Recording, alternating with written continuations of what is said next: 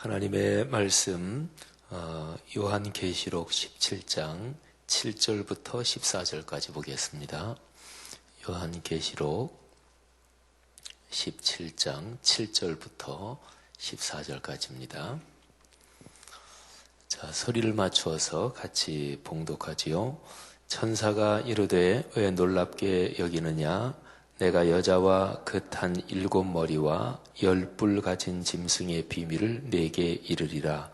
내가 본 짐승은 전에 있었다가 지금은 없으나 장차 무저갱으로부터 올라와 멸망으로 들어갈 자니 땅에 사는 자들로서 창세 이후로 그 이름이 생명책에 기록되지 못한 자들이 이전에 있었다가 지금은 없으나 장차 나올 짐승을 보고 놀랍게 여기리라. 지혜 있는 뜻이 여기 있으니 그 7머리는 여자가 앉은 7산이요 또 7왕이라.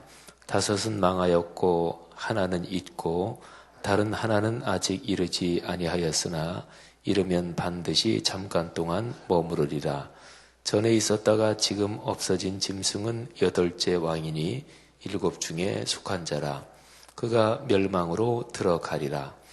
내가 보던 10뿔은 10왕이니 아직 나라를 얻지 못하였으나 다만 짐승과 더불어 임금처럼 한동안 권세를 받으리라. 그들이 한 뜻을 가지고 자기의 능력과 권세를 짐승에게 주더라. 그들이 어린 양과 더불어 싸우려니와 어린 양은 만주의 주시요 만왕의 왕이시므로 그들을 이기실 터이요 또 그와 함께 있는 자들 곧 부르심을 받고 택하심을 받은 진실한 자들도 이기리로다. 아멘.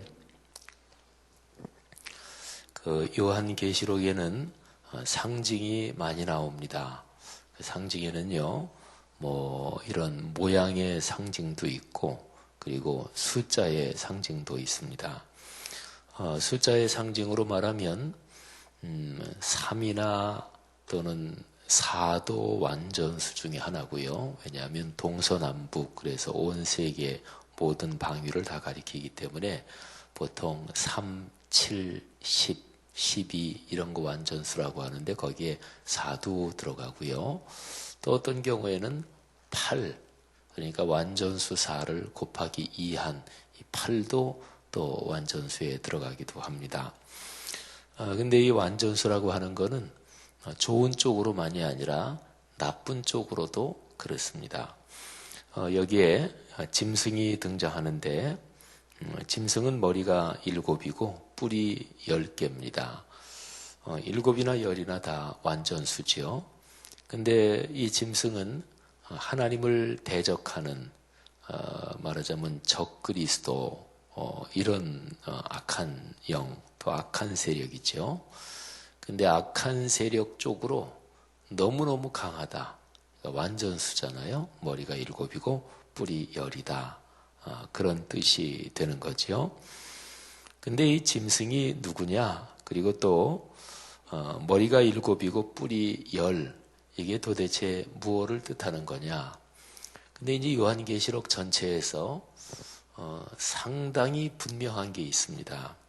그거는 그 당시에 로마 제국, 그거를 이 계시록에 나오는 바벨론, 이 말이 로마 제국을 뜻하는 거다. 그거는 이제 성경 해석자들이 거의 공통적으로 이견이 없습니다. 로마 제국을 뜻하는 게 아니다. 또는 절대 아니다. 그렇게 얘기하는 사람은 거의 없습니다.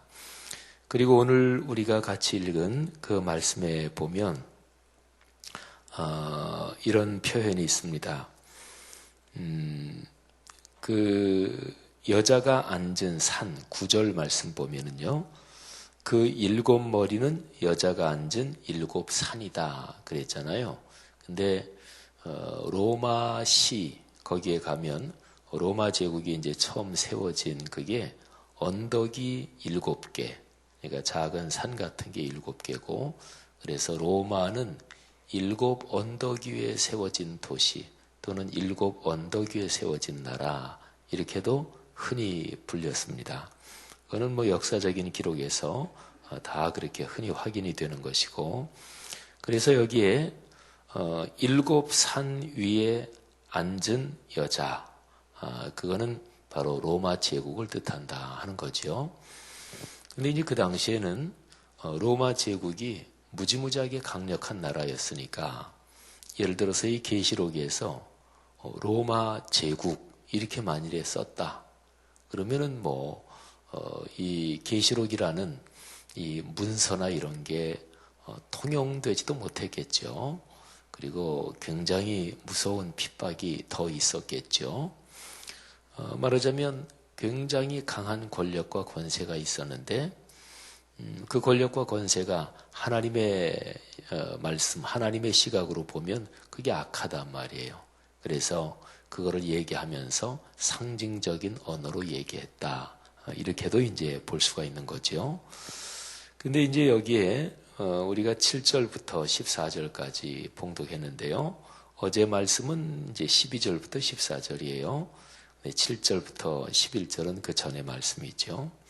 근데 여기에 보면 이해하지 못할 그런 말들이 있어요.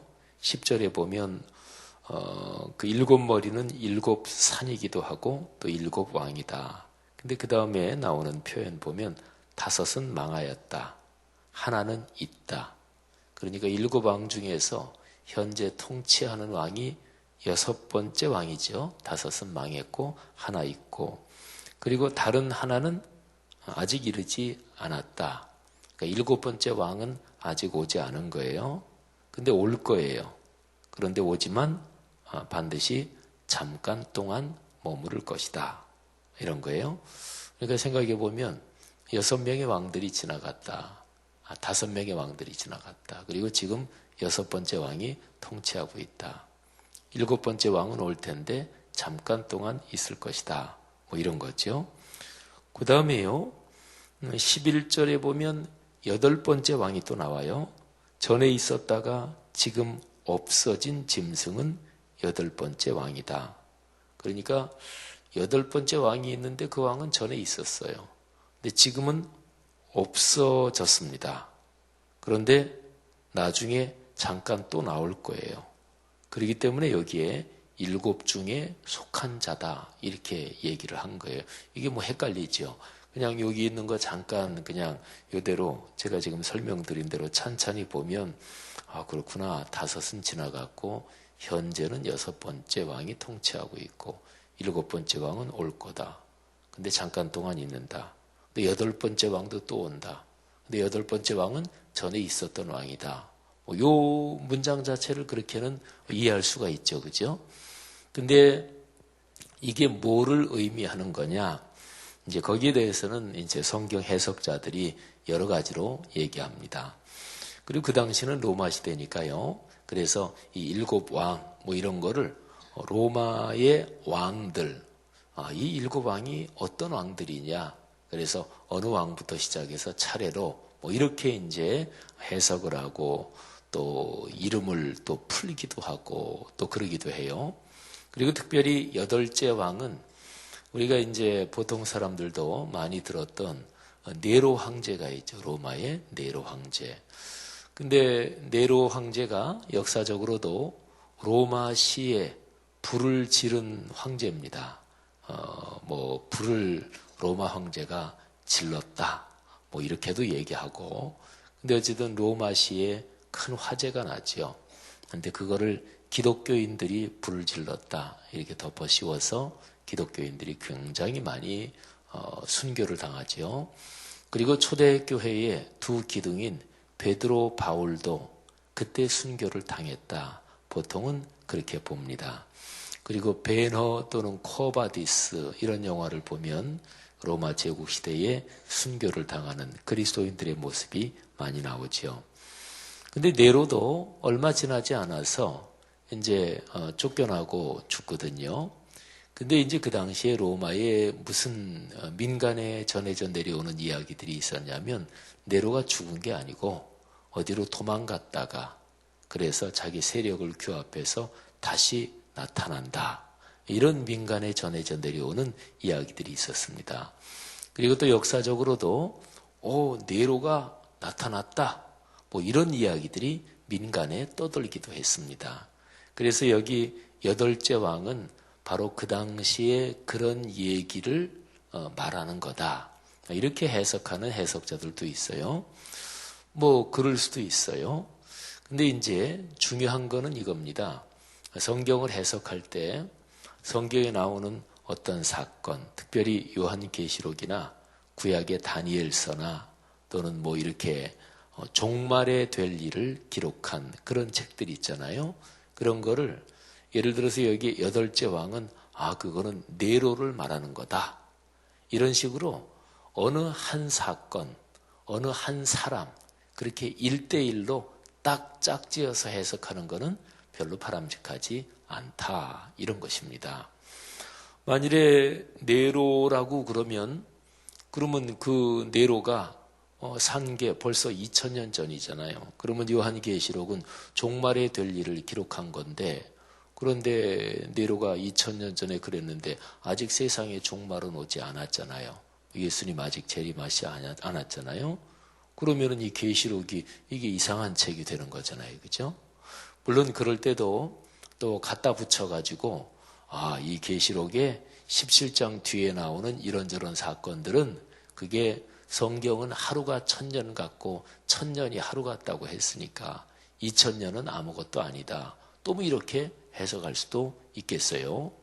하지만 하나님은 우리에게 말씀을 주실 때요. 우리 사람은 하나님의 형상대로 창조됐는데 하나님의 형상대로 창조됐다 거기에서 제일 기본적이고 그냥 아주 누구나 이해할 수 있게 단순하게 기본적인 게 상식적인 게 뭐냐면 사람은 지성을 가진 존재예요. 아까 조금 전에도 제가 10절 11절에서 7왕 중에서 5왕은 지나갔다. 현재 있는 왕은 6번째다. 7번째 왕이 올 텐데 잠깐 머무를 거다. 그리고 8번째 왕이란 것도 있는데 그 8번째 왕은 전에 있었던 왕이다. 뭐 이런 거를 우리가 천천히 머리로 생각했잖아요. 사람은 그런 존재입니다. 그죠? 언어로 써 있는 거를 우리는 이해할 수 있습니다.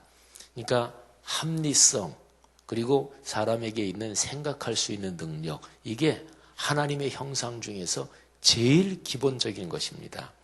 그런데 그런 거를 자꾸만 이렇게 꼬고 비틀고 그리고 궤변을 늘어놓고 이거는 하나님의 뜻이 아닙니다.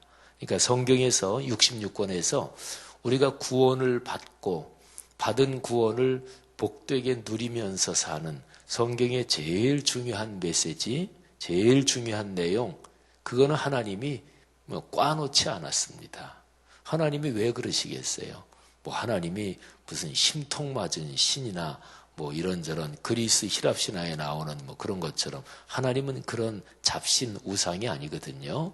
하나님은 인격적인 분이시고 우리를 사랑하시는 분이시고 그래서 하나님은 성경에서 구원받는 데 필요한 제일 중요한 말씀 또 그 받은 구원을 누리고 사는 그런 거는 절대로 어렵게 써놓지 않았습니다. 만일에 성경이 굉장히 어려운 책이고 그래서 공부를 굉장히 많이 하고 학력이 많은 사람은 더 잘 이해한다. 그러면 그거는 모든 사람을 위한 복음은 아니지요. 또 성경이 무슨 비밀 코드로 돼 있고 그리고 굉장히 신령한 사람이래야 이해할 수 있고 그렇다 그러면 이 성경은 이 복음은 모든 사람에게 열려있는 복음이 아닌 거지요. 성경은 그렇지 않습니다. 우리 기독교에 신학을 연구하는 사람들이 있어요. 그거는 전체 그리스도의 몸에서 그 탤런트를 받고 그 역할을 담당하는 것입니다. 그리고 신령하다 그런 얘기를 보통 하잖아요.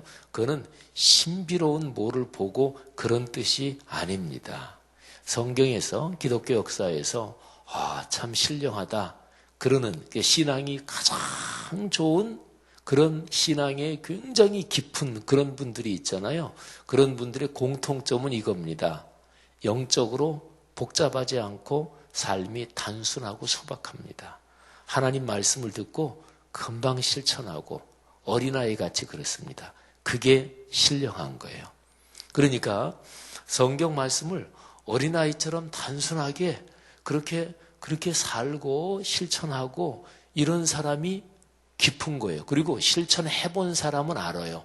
안 해본 사람은 그거는 모릅니다. 그러니까 실천 안 해봤잖아요. 그러면 성경 맨날 듣고 예배 때 듣고 그래도 전혀 모릅니다. 말씀 묵상을 진지하게 훈련해 본 사람하고 안 해본 사람하고는 다릅니다. 같이 옆에서 교회 신앙생활에도 예를 하나 들면 목회자 중에서 그런 사람이 있어요. 어떤 선교단체, 제가 실제로 아는 지금 우리 교회 연결돼 가지고 우리 교회가 기도하고 지원하는 그 선교사님이시기도 한데, 근데 그분이 저랑 연배가 비슷해요. 근데 목회 그냥 잘하신 분이에요. 근데 YM이라는 예수전도단이라는 아주 유명한 선교단체가 있어요. 그 선교단체에서 목회자들 대상으로 하는 어떤 훈련을 받았는데, 근데 그 목사님이 거기서 너무너무 감동을 받았어요. 그리고서 이런 생각을 했어요. 아, 내가 지금까지 목회를 헛했구나. 너무너무 감동을 받아서 그래가지고 하던 목회를 그만두고 그리고 나 선교사로 나간다 이렇게 했어요. 그것 자체는 좋아요. 근데 저는 이제 그 얘기를 벌써 한참 옛날이에요. 근데 이렇게 들으면서 생각하기를 목회자들 중에서도요. 신학 공부하고 다 그랬지만 오늘날의 신학교육이라는 게 어느 시대나 다 부족한 점이 있죠. 완벽하진 못하고. 근데 신학 공부를 하고 목회를 하면서도 진지하게 말씀 묵상의 경험이 한 번도 없는 목회자들이 있어요. 그런 목회자들이 말씀 묵상을 진지하게 훈련받고 하면, 근데 이제 이미 목사인데 목사가 말씀 묵상을 훈련받는다 그러면 그거야 기초적인 건데 그러잖아요. 그래서 제일 훈련하기 힘든 사람들이 목사들입니다. 그리고 장로님들이 훈련하기 힘듭니다. 장로님 되기 전까지는 안 그랬는데 되고 나서는 훈련에 참여를 안 해. 그러니까 장로님들 중에 신앙이 좋은 분들이 계신데 그러지 않은 사람은 겉멋이 들면 신앙훈련 참여도 안 하지, 공예배 잘 참석도 안 하지. 그런 사람은 훈련시키기가 굉장히 힘들어요. 마음에 이제 나는 목사야, 나는 장로야 이런 게 있죠. 그래서 제가 늘 강조하는 게 하나님 앞에 예배할 때는 목사로 예배하는 게 아니에요. 장로로 예배하는 게 아니에요. 대통령이라도 대통령이 그 무슨 상관이에요. 하나님 앞에 예배할 때는 그냥 예배드리는 예배자지. 그런 거 아니겠어요? 그러니까 다윗 왕도 마찬가지. 자기 왕이지만 하나님 앞에서는 자기는 어린아이처럼. 솔로몬이 그랬거든요. 나는 예레미야 선지자, 대선지자인데 나는 아이라 말할 줄을 모릅니다. 솔로몬 왕도 그랬거든요. 근데 목사인데도 말씀 묵상을 진짜로 하고 어린아이처럼 그렇게 하는 거를 처음 훈련받으면 내가 목회 여태까지 10년, 15년 해왔는데 내가 목회 헛했구나 이러는 거예요. 사랑하신 여러분, 이거는 굉장히 중요한 점입니다. 그러니까요, 신앙생활을 하면서 제일 중요한 것이 말씀을 어린아이처럼 받고 실천하는 거예요. 그러면 와, 내가 신앙생활 30년, 40년 했는데 이런 체험은 처음이다. 그런 경험을 신앙생활하는 사람들이 많이 할 수가 있어요. 근데 이제 저는 그렇게 이제 얘기하죠. 말씀 묵상이나 또는 어떤 훈련이라도 그게 유별난 거다, 특별한 거다 이렇게 가르치면 그거는 잘못된 거다. 말하자면 말씀 묵상을 큐티라고도 얘기하고 말씀 묵상이라는 거를 한 번도 하지 않아도 그냥 성실하게 신앙생활 해오신 분은 큐티 한 거나 다름없어요. 말씀 묵상 한 거나 다름없어요. 평생 신앙생활 해오신 나이 한 70 중반, 80 되신 어떤 권사님이 큐티라는 얘기 하나도 못 들어봤어도, 말씀 묵상이라는 얘기 하나도 못 들어봤어도, 또 제자훈련이라는 얘기 하나도 못 들어봤어도 그분은 제자훈련 해온 거예요. 큐티 해온 거예요. 그 말만 안 썼다 뿐이지. 그래서 저는 목회자들이 제자훈련, 큐티 이런 거를 성도들한테 가르치면서 다음과 같이 얘기하면 그 목회자가 잘못된 거예요. 뭐냐면 큐티 안 하면서 신앙생활 한 거는 신앙생활 안 한 겁니다. 제자훈련 안 받은 사람은 신앙생활 헛한 겁니다. 그렇게 어떤 목회자가 말하면 그 목회자가 잘못 말하는 거예요. 그런 단어 안 썼을 뿐이지 주일 성수 성실하게 하고 새벽기도 하고 성경 하루에 한 서너 장씩 읽으면서 1년에 1독씩 하고 그러는 분들은 그게 큐티고 그게 제자훈련이고 그러지요. 신앙생활은 별거 아닙니다. 제가 지난 주간에 어떤 이사한 집을 신방해 달라 그래서 신방했는데 나이 많이 드신 권사님이에요. 근데 그 권사님이 1년에 작년에도 성경을 삼독했고 성경 1년에 3번씩 읽기 시작한 지가 한 7년 됐대요. 하루에 10장 꼬박꼬박 읽으면 1년에 3번 읽으니까. 그래서 그 권사님이 7년 동안 3, 7, 2, 20일 성경 20일 독한 거죠. 어휴, 권사님 너무 잘하셨습니다. 그 진실한 마음으로 뭐 사실은 우리 교회에서도 보신이 말씀 묵상법 훈련하고 하지만 그거 훈련 몰라도 제자 훈련 같은 거 안 받아도 한국 교회 유행하는 거 있잖아요. 유행하는 거. 한국에도 이제 전 사실은 우리 교회 강단 설교도 뭐 CTS나 뭐 구TV나 뭐 C채널이나 이런 데 CJ나 여러 군데 나가지만 저는 사실은 기독교 이런 텔레비전들 언론기관들이 이게 조금 부정적인 역할을 하는 것도 있다. 한국교회 신앙의 물을 흐려놓는 것도 있다. 저는 그렇게도 생각을 해요. 뭐 우리 교회 강단 설교도 나가니까 뭐 이래 제가 어디 가면 어떤 사람이 저는 그 사람 모르는데 지영은 목사님이시네요. 텔레비전에서 봤어요. 뭐 그러는 경우도 가끔 있어요. 그러니까 한국교회 이렇게 알려진 목사들 중에서 뭐 아주 많이 알려지진 않았지만 저도 그런 사람 중에 한 사람이죠. 그런 게 별로 좋은 건 아닙니다. 그러니까 한국교회 신자 중에서는 텔레비전에 나오는 거 이런 거를 보면서 유행을 따라 이렇게 저렇게 움직이는 또 이제 기독교에서 어느 출판사에서 책을 판다 또 어떤 프로그램을 하는데 사람이 와야 프로그램이 되잖아요. 그러니까 예를 들어서 아주 큰 교회들 그런 거는 유행을 타는 거예요. 그 신앙생활에 안 좋은 거지요. 그러니까 기독교도 일반적인 뭐 물건을 팔고 하는 사회적인 논리하고 똑같이 돌아가는 거예요. 사랑하신 여러분, 영적으로 깊다 그건 뭐냐면 하나님 말씀을 어린아이처럼 받아서 실천하는 거예요. 그래서 신앙생활을 제 아무리 오래 하셨어도 우리 신앙생활에서 어떤 훈련을 진지하게 받고 또 어린아이 같은 마음을 먹으면 내가 40년, 50년, 60년 신앙생활을 했어도 이런 은혜 처음이다 이렇게 되는 거예요. 은혜 받는 원리는 그런 거예요. 사랑하신 여러분, 하여튼 성경 말씀을요. 어떤 구절 하나를 내가 영적으로 푼다. 신령하게 푼다. 그러면서 하는 거는 그거는 별로 좋은 게 아닙니다. 그러니까 이단에 그렇게 빠지는 거예요. 그러니까 성경을 무슨 신령하게 풀고 뭐 영적으로 잘 쪼개고 이런 얘기를 많이 한다? 그러면 그거는 위험할 가능성이 많이 있습니다. 성경 읽기 쉽죠. 한글로 써놨는데 뭐가 어려워요. 한글로 다 번역됐잖아요. 그래서요. 어쨌든 여기에 7왕 또 8번째 왕 이거를 어떤 특정한 어떤 한 사람하고 연결시키는 거 위험합니다. 대표적인 예를 하나 말씀드릴게요. 여기 신앙생활 오래 하신 분들 옛날에 다 들으셨던 말씀이 요즘은 그런 얘기 쑥 들어갔어요. 뭐냐면 구약성경에 나오는 뭐 큰 그 신상 그래서 거기에 보면 뭐 머리는 금이요, 뭐 가슴은 은이요, 그리고 밑에 이제 발은 그 흙이요. 그래서 10발가락이 있고, 근데 하늘에서 뜨인 돌이 나와서 10발가락 그거를 치니까 다 바스러졌더라. 이런 거 있죠.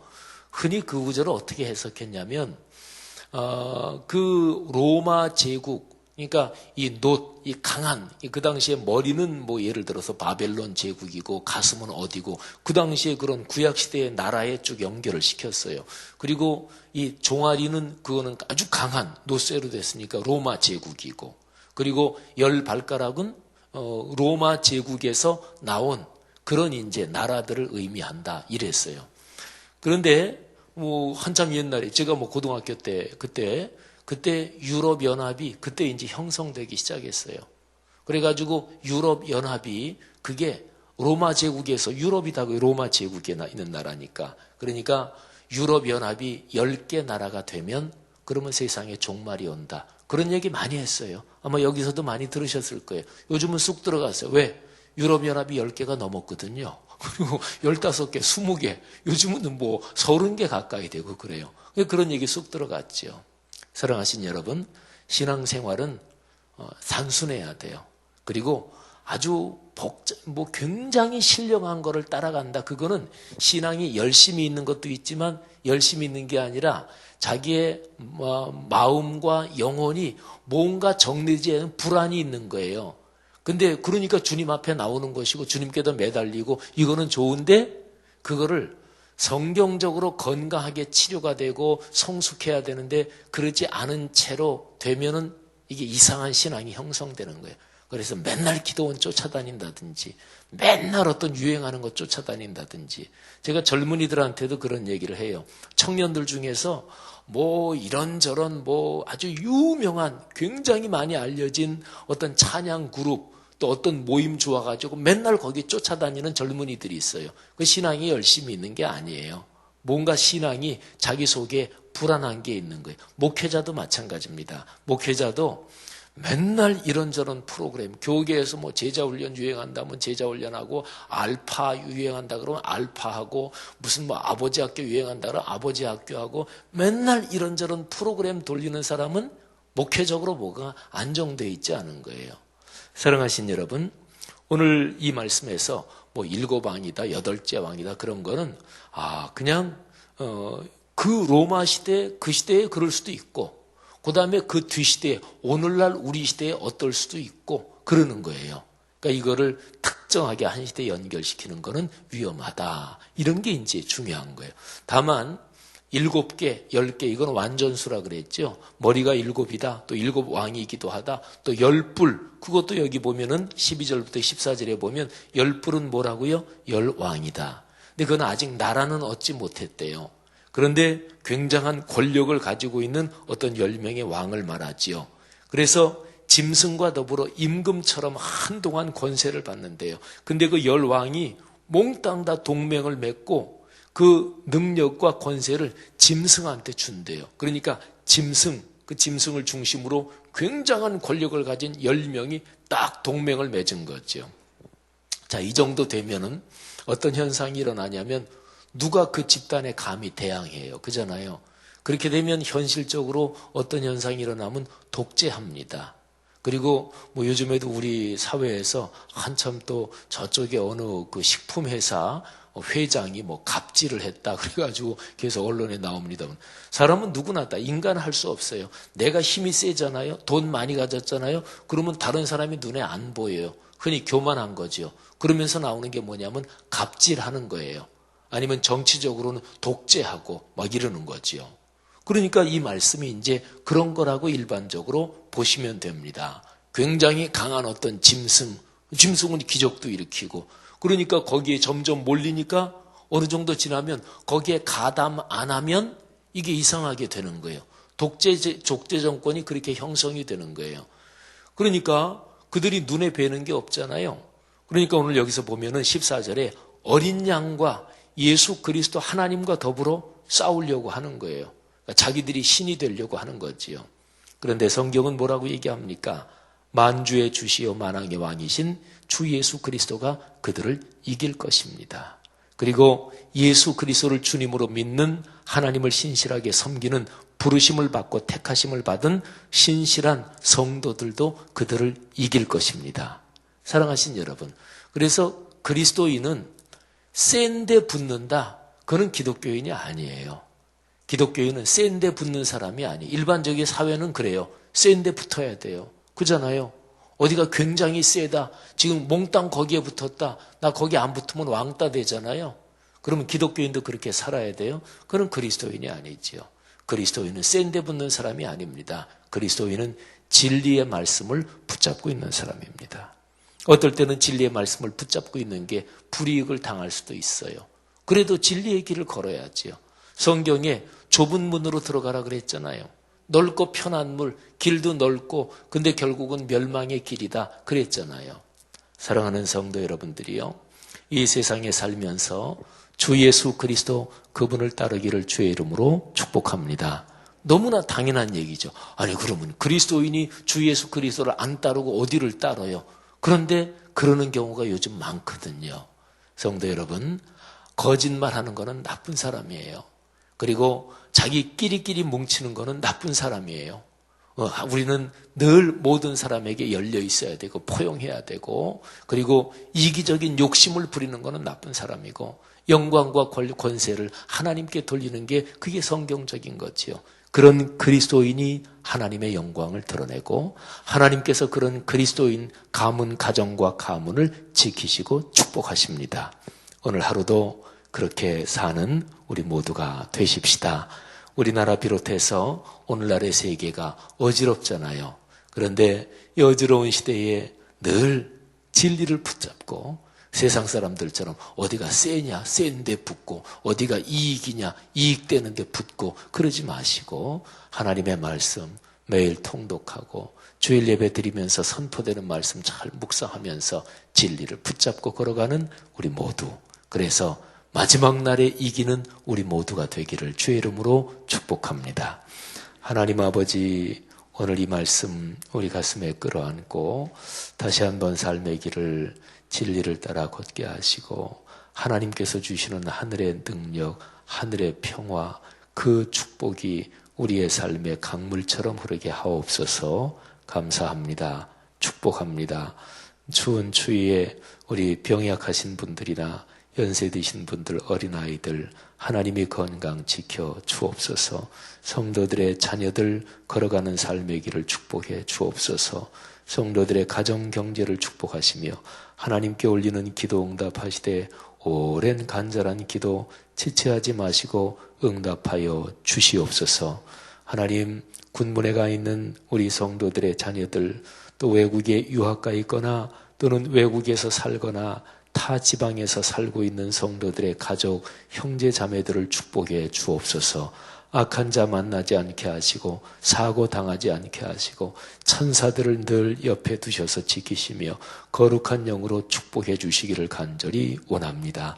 진학이나 취업이나 또 결혼 문제나 출산이나 또는 이런저런 여러 가지 삶에서 해결해야 되고 풀어가야 될 문제들에 하나님이 늘 함께 하실 줄 믿습니다. 예수님 이름으로 축복하며 기도합니다. 아멘. 귀한 말씀 전해주셔서 감사드립니다. 오늘 우리가 함께 나눌 공동기도문은 5번째 사역에 대한 기도입니다. 제가 먼저 기도하겠습니다. 성경대로 우리 사역의 지평이 온 누리를 품게 하옵소서. 위원회 사역, 교구 사역, 말씀삼 성경대학 사역을 축복하셔서 말씀과 성령의 충만으로 인격과 일상이 거룩해지게 하소서.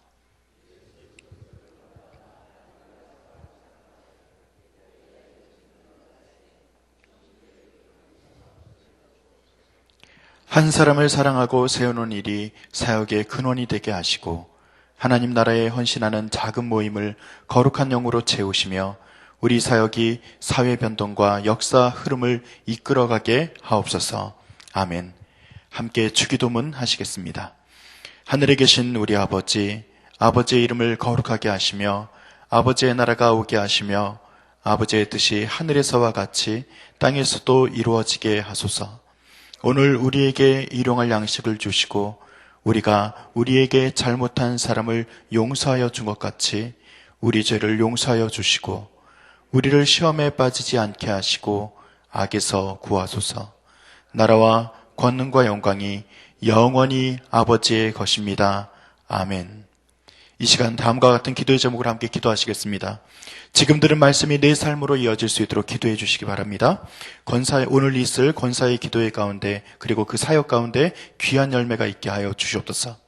2016년 우리 교회에서 실시하는 성경 2000 통독으로 우리의 믿음이 충만해질 수 있도록 기도해 주시기 바랍니다.